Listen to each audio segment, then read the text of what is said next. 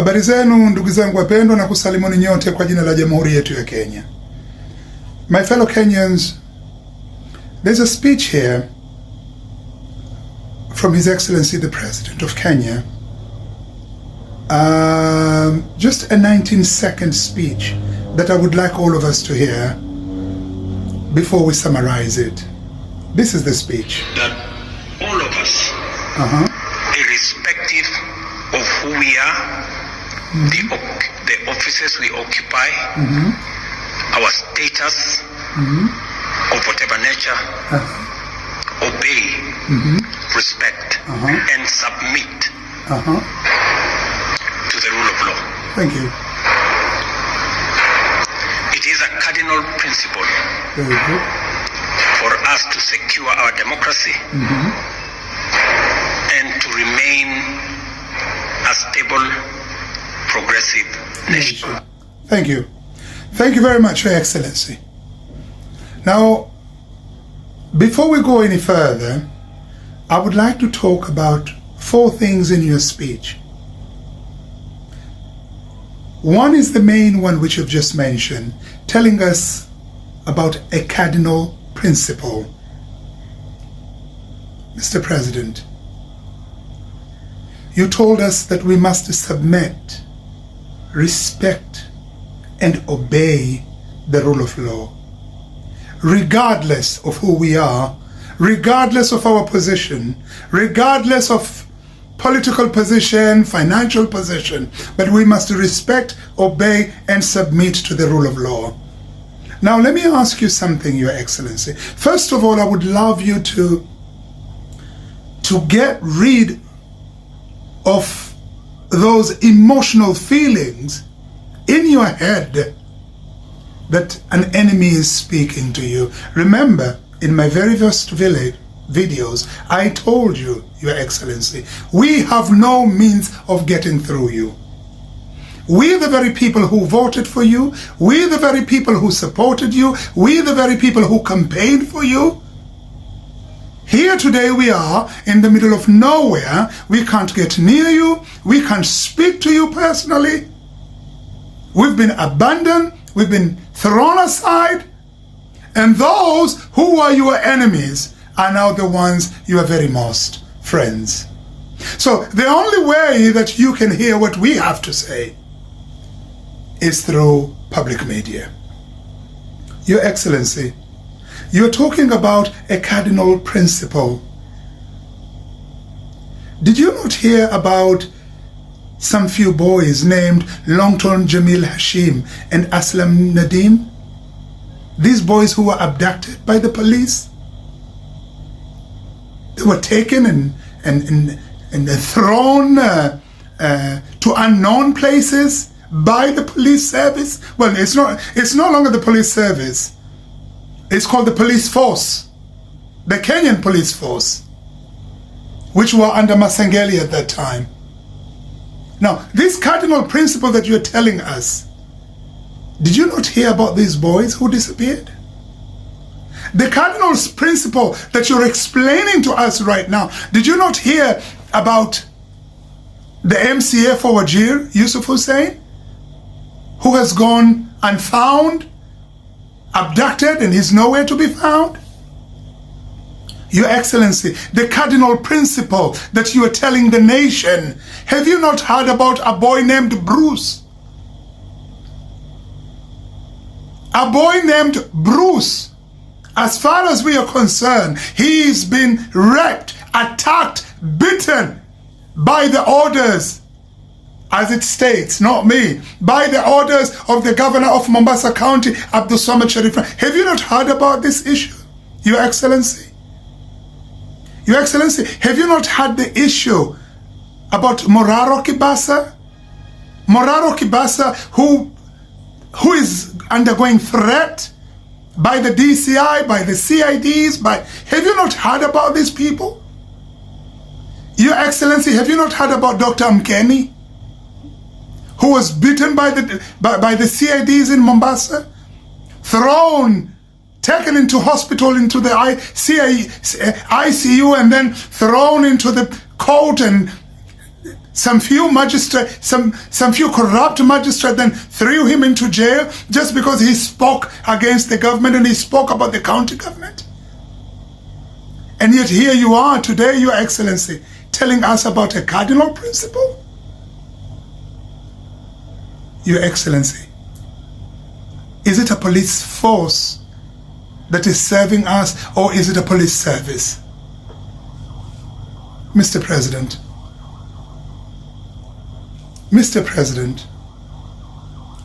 let me say this. There is no, and I repeat, there is no sector in the National Police Service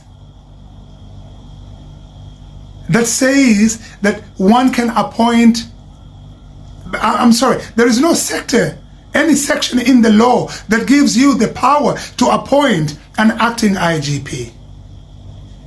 What part of law does it say that? Under Section 16 of the National Police Service, it says an inspector general can only be put in place when there is no, in the absence of an inspector general. Then an acting inspector general can come in. But how did you appoint an inspector general? A corrupt man. When those powers are not there. And this corrupt man, we had people who were lost, boys who were beaten up. And this man is called into court.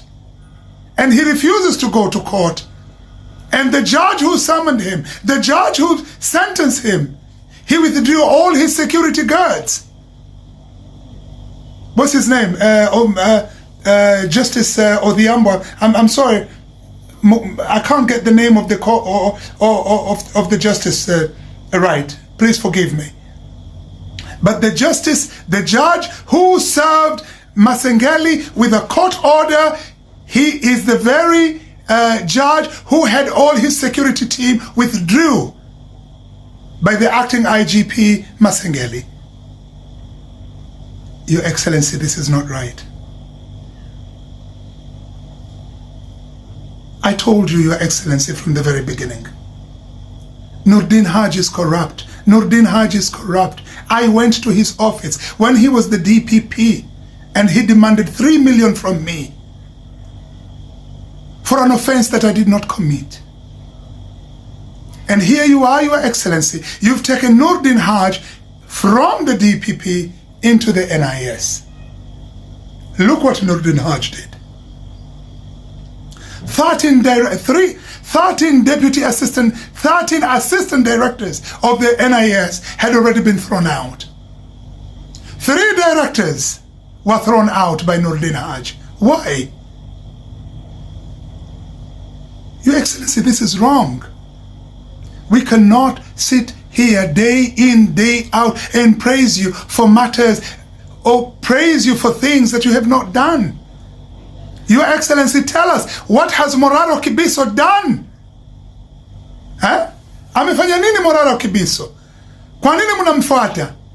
Kwa nini mnamtumia mapolisi na ma-CID? Kwani si haki yake yeye Moraro Kibiso kusimama na kusema ya kwamba pesa hii imepotea, pesa hii imepotea, pesa hii imepotea, haionekani? Mr. President, is this what we voted for you?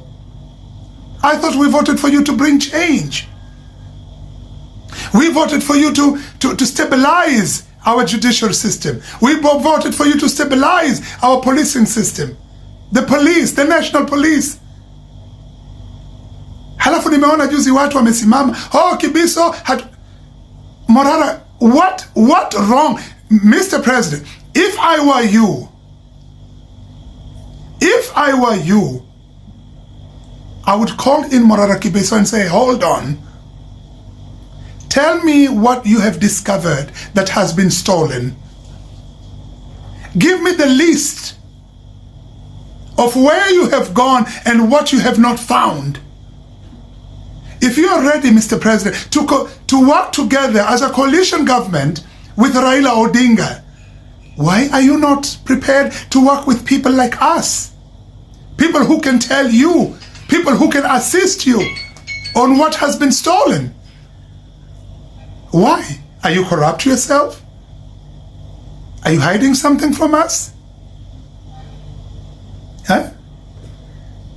If I were you, Mr. President, I would call on the GNZs and say, young man, come down, sit with me. Tell me exactly what you want. Tell me exactly what you feel is not right in this nation. Not putting in police officers to go and beat people up on the street. Watu kuandamana ni haki yao, Mr. President. You are there to fulfill what is already in the Constitution. Not to do what you want. Sisi hatuwezi, Mr. President. I voted for you. I campaigned for you. Maneno uliokuwa ukituambia wakati wa campaign yako wapi hivi sasa? Ulituambia wewe unasimama na mahasla, wewe unasimama na watu maskini. Leo wale maskini tunapigwa, wale tunaozungumza tunapigwa. Senator Richard Onyonka wa Kisii anajaribu kuelimisha watu, na mengi anamkuta Onyonka. Kwa nini, Mr. President? Kama wewe ni kweli, you are not a thief, you are not corrupt, vipi Mr. President, umenionyesha aibu. Shame on you, Mr. President. Juzi umefanyiwa interview, nafikiri it was in England or in America. Unafanyiwa interview, unaulizwa how much are you worth it? Unamwambia mtu go to Google, you'll find out. Why? Kwa nini unasema maneno kama hayo? And yet you are telling us that you are not corrupt. It means there's something you're hiding. It means there's something you're hiding. Kwa nini unaulizwa how much are you worth it, una refuse? Yamanini, Mr. President, take a look at Nelson Mandela. Did you know what Nelson Mandela's answer was when he was asked about his wealth? This is what Nelson Mandela said. The late Nelson Mandela. Mandela alisema, please, if I own anything on this planet, a land, a hotel, a building that is not known by South African government, that is not known by the people of South Africa, then that building is not mine, that land is not mine, that money is not mine. Let it go to the people of South Africa. Na akaulizwa Nelson Mandela, na akasema kitu kimoja baada ya chengine. Mimi, I own this, I own that, I own that, and this is how much I'm worth it, and these are my assets. Clear logic. Why did you refuse, Mr. President? Shame on you, Mr. President. Shame on you. Ruto, you are not the guy that we voted for. You're not the person. You don't preach. What you preach to us is not what you are right now, Mr. Ruto. And then you're telling us that hata wewe pia ukiwa vetted. Vetted by who? Who will vet you, Mr. President? If drug dealers were vetted, found worth 2.36 billion, and they could not explain where that money came from, who will vet you? You tell us how much you're worth. Mr. President, I feel so pity for you. How comes in the name of God you betray the people? You go against the people who voted for you. And when people start standing up and speaking, unakimbilia katika kivuli cha Raila. Who is Raila, Mr. President? We voted for you. Let me tell you, Your Excellency, it is not how many tribal leaders you secure. It is not about how many politicians you can put them under your hand. It is not about how many support you get through your money, through your politician, through the parliament. No, These things will not earn you a place in the country or in the government. What will earn you a place in the country are the people. The people are the supreme power. Be frank, be blind. Blind. Not blind, blind, Your Excellency. Be frank to the people. Vipi unatudanganya Mr. President? Nimeona ile clip yako na kuambia mara 10. Nimeona haya. You are asked na huna la kusema. How much are you worth? I'm asking you right now, Mr. President William Samoei Kipchirchir Arap Ruto, how much are you worth? $300 million? 400, 500, 600? And where did you get this money from if you're to be asked? And that's why you did not answer the question. Mr. President, stand up and secure peace.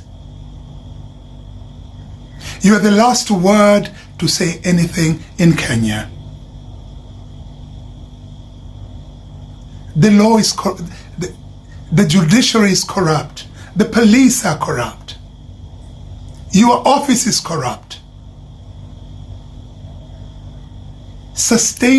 Let us sustain law and order by giving people the freedom to speak. The GNZs, yes, the GNZs, yes, they were wrong. They went on the street and broke shops and burned this, and I will talk about the GNZs later.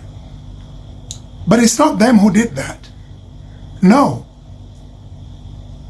They wouldn't have done that. No. But the reason as to why they did that, you took the army and the police and the whatever and the going into the street, beating up the hivi mimi Mr. President nikuulize, yani watoto wetu tuliowazaa sisi wenyewe wa Gen Z wametushinda mpaka tunachukua military, wanajeshi wanakwenda kupiga watoto wetu barabarani. And you are telling us that you are trying to bring peace and prosperity in the country.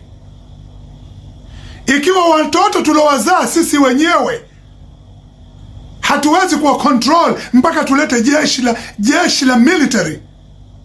Mr. President, come on, man. What are you doing? Wewe unasema you are not a thief. You are not corrupt. Why don't you speak to the GNZs direct and say, hold on, GNZs. Come to State House. Submit to me, directly to me. This is what we want. And I'm ready to sit down and listen. Lakini you're not. Wewe unakwenda unatuletea, unasema serikali ya mseto, unakwenda kutuletea coalition government. Take a look. Hiyo coalition government, sisi tumekwambia we support you. Yes. Lakini kile ulimleta pale yuko corrupt. You're wasting your time, Mr. President. You can bring in the whole of ODM into your government. But as long as the government is corrupt, nothing will work. This is not a question about Kikuyus. You are talking about a cardinal principle. What cardinal principle? When Jimmy Wanjigi munamvamia nyumbani kwake, munakwenda munamvunjia nyumba yake, you cause trauma to his wife, you cause trauma to his children, you cause trauma to himself. What cardinal principle are you speaking about? Kwani ni Jimmy Wanjigi peke yake ndio anayesapoti maandamano? Mimi nikuulize, Raila yeye pia si alisapoti maandamano? Mbona hukumtumia Raila watu wakaenda nyumbani kwake, wakaenda wakataka kumpiga na kucause trauma? Kwa sababu ulijua with Raila, the next day Nairobi will be burnt. So you choose who to pick and who not to. Lakini let me tell you one thing, Mr. President. If Raila went against his own people, kama kuna mtu alomsapoti Raila, hakuna zaidi ya Miguna Miguna. Miguna was legit to Raila. And look what Raila did to Miguna. He betrayed Miguna. Mr. President, you don't want this country to prosper. And if you do, then you will not bring kina Nurdin Haji na kina nani na kina nani, all these corrupt people into the government. Kama ni kweli, Mr. President, wale ambao kwamba wamekwambia this is wrong, this is wrong, this is wrong, call them up. Work with them and let them help you rectify the matter in our country. Last but not least, Mr. President, last but not least, your days are numbered. Trust me, your days are numbered. If this is the form of system that you're going to use, abducting people, scaring people, then your days are numbered. Mr. President, you are there to listen to the people. Believe me when I say this, I feel like crying. How in the name of God did you promise us law and order in the nation, and yet people are abducted? I give 100% to the GNCs. I give 100% to Morara Kibiso. I give 100% to Senator Richard Onyoka, to Miguna Miguna. I give 100% to myself. I give 100% to all those Kenyans who are fighting for justice in our country. Mr. President, kama wewe ni mtu mkweli na unayozungumza ni ya kweli, kwa nini mlikwenda mkakubaliana na Adani behind the curtains? Kwa nini wewe mwenyewe kwanza, kabla hamjakubaliana na Adani, usimlete Adani katika nchi, akakaa akahojiwa na wabunge, akahojiwa na mashirika tofauti ya haki na kulinda uchumi wetu? Kwa nini msifanye hivyo kwanza? Kwa nini kwanza mkawatuma kina Murkomen wakakubaliana na kina Adani behind the curtains? Where is the public participation order? It means you people have something to hide. You're not the Ruto that we voted for. I'm telling you, my brother, you are not the president, you are not the Ruto that we voted for.